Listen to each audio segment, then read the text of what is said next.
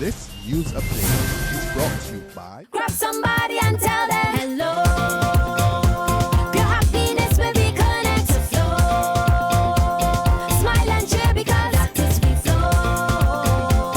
Grab somebody and tell them hello.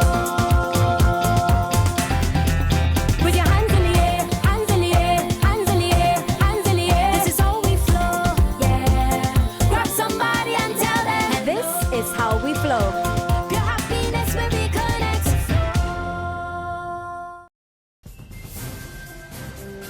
This is the Barbados Today evening news update for Thursday, August 6. I am Mary-Claire Williams. Thanks for joining us.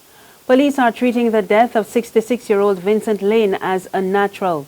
Around 10 o'clock this morning, Layne's body was discovered in his car parked on a cart road at Bushy Park, St. Philip.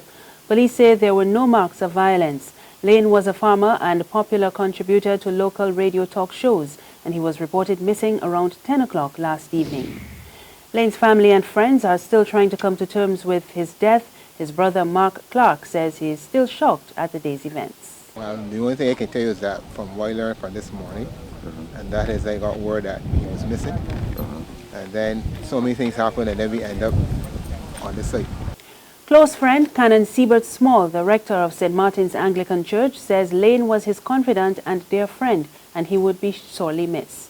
It's the second time such tragedy has occurred with him, and I was present because years ago he lost two of his sons by drowning, and I was there on hearing the news.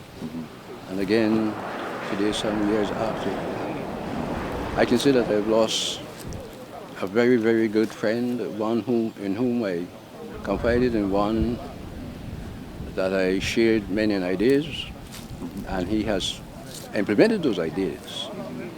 And he shared not only with us, but with many other farmers as well. In other news this evening, construction on the proposed site of a $540 million multi-purpose sugar factory in St. Joseph is set to begin around April next year. Chairman of Inter-Sugar Partnership, Anthony Da Silva, said the demolition and dismantling of the old St. Andrew's sugar factory, the site of the new plant, is on schedule, and it should be completed in another 5 months. During a tour of the location, he said this was a critical stage. What we have here is as I said, the careful dismantling and demolition of the Andrews factory, which is stage one. That is required, as I said, to bring the site to a stage where a new factory, the new project can be constructed. This is a separate package of works that have been let to Innotech for the demolition and the dismantling. And there are areas of that works that pertain to the main construction works as well, i.e. things like levels and bringing up levels and bringing down levels and compacting the site and certain things like that. This work here is estimated to take about 6 months,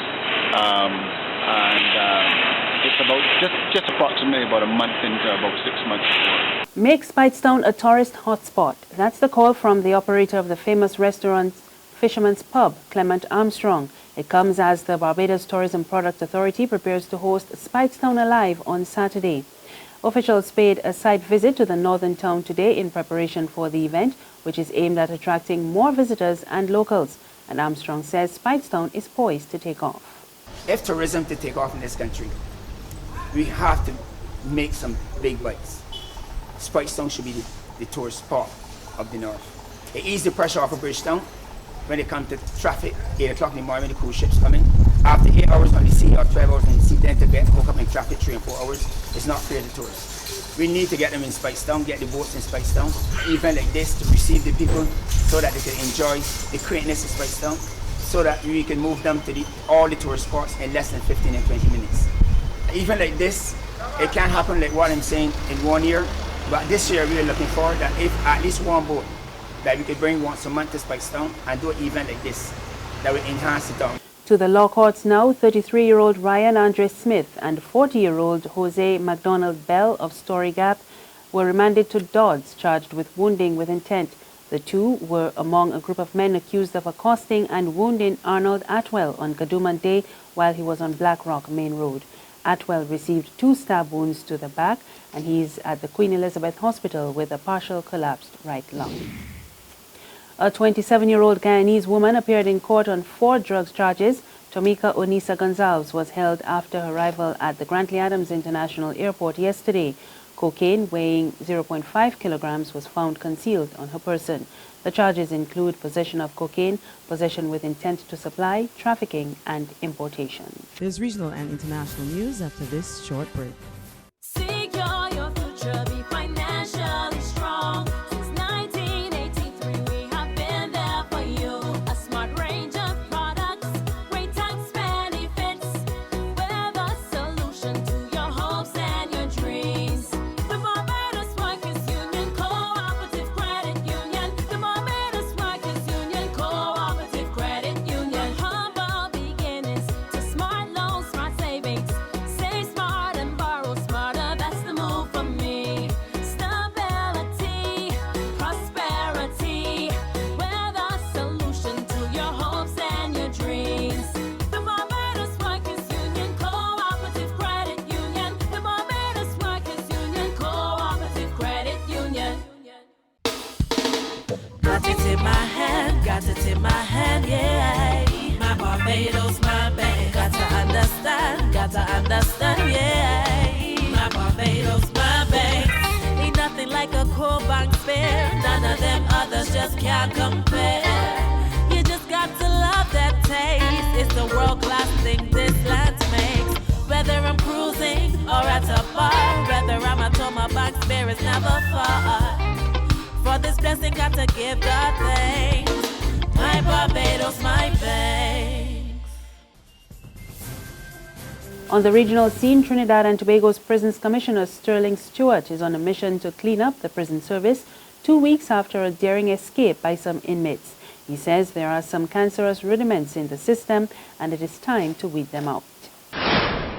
Almost 2 weeks from the daring escape from the Port of Spain prison, Prisons Commissioner Sterling Stewart is tonight talking tough. He's confirming that administrative action has been taken against 3 prisons officers. Mr. Stewart said the illegal items were not brought into the prison by ghosts, but by what he terms treacherous individuals or individuals working together on this sinister escape plan. In a statement, Commissioner Stewart said it's blatantly clear that there are rogue elements within the prison system. Elements which he says are seeking to wreak havoc and also bring the prison service into disrepute. Commissioner Stewart adds that there will be a thorough investigation to send a message to all that the nefarious, underhand dealings of negative elements will not be tolerated. In the meantime, steps are being put in place for the procurement and implementation of CCTV systems, full-body and handheld scanners as soon as possible. On July 24th, 3 prisoners shot their way out of the Port of Spain prison. Alan Scanny Martin, who was on trial for the murder of Extra Foods CEO Vindra Naipal Coolman, was killed shortly afterwards at the Port of Spain General Hospital. Another escapee, Hassan Atwell, was found shot dead in Laventil. The third, Christopher Monster Selby, is back in jail, charged with 10 offences, including murder and escaping lawful custody. Tragedy on the international front when 13 people were killed and 9 injured this morning as an explosion ripped through a mosque belonging to a special emergency force in southwestern Saudi Arabia. The Islamist extremist group ISIS claimed responsibility for the explosion, saying it was caused by a suicide bomber. Officers were participating in noon prayers in the mosque when the blast occurred. 10 of the 13 people killed were emergency force members. The rest were others who worked at the site. We get more in this report from CNN. The death toll rising, the vast number of those killed actually from the emergency forces themselves, whose mosque this was. The others killed, in fact, workers who were there, and many injured as well. No claim of responsibility as yet, but I think many will be wondering if it is related to ISIS. They were clearly behind 2 blasts in the east of the country and the Shia minority areas there back in May, although this blast being near Yemen will, of course, cast suspicion that perhaps it is an overspill of the violence in that country, where Saudi Arabia is engaged in a lengthy air campaign and also a ground campaign too, now joined by other Gulf monarchy states to push the Houthis, backed much of the way by Iran, out of much of the areas of the country they control.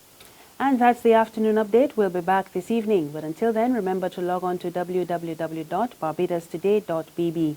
You can also subscribe to our e-paper, email updates, and like us on Facebook. You can catch us on Izumi Media in bus terminals or Screenplay at supermarkets and gas stations near you. Also, tune in to Channel 101 on Line TV and Mix 96.9 FM to get all the latest news and sports. I am Maricla Williams. Good afternoon.